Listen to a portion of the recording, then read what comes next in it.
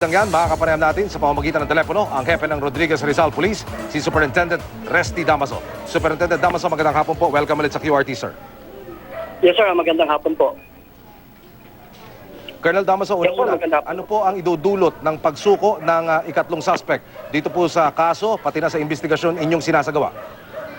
Yes, sir. Napakaganda po ng pagsuko ng isang suspect. Para po yung sa further investigation natin, malaman natin talaga kung sino po yung mga ibang sangkot. At napakalaki po ng tulong ito para po matuloy na pong masolve yung kaso na ito. Colonel Damaso, sa inyong pakikipag-usap dito po sa suspect, bakit daw niya nagawa yung krimen, sir?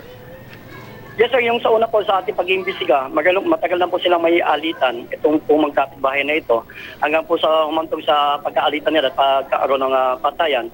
Ngayon, ito nga pong suspect ngayon ay maganda. Nakausap po natin kanina na magbibigay po siya ng iba pang detalye para po totally solve na po itong kaso na ito. Colonel Damaso, ang binabanggit ng sumukong suspect, itong si Angeles Torreja, siya daw po ang hinamon, di umano, nitong biktima, yung kanyang napatay. Ano po ang lumalabas sa inyong pag-iimbestiga, sir? Yes, sir. Ito po, kinuhanan po natin ulit ng estimate itong sumukong ng suspect. Then, is further investigation po, malalaman po natin yung punot-dulo nito. Ngayon po, inihintay na natin po yung pagsasampagin po ng kaso dito po sa sumukong suspect na ito. Colonel Damaso, meron pa ho ba tayong pinaghahanap pa na iba pang mga suspect o ikukonsidera na nating case closer? No, sir. Mayroon pa po tayo.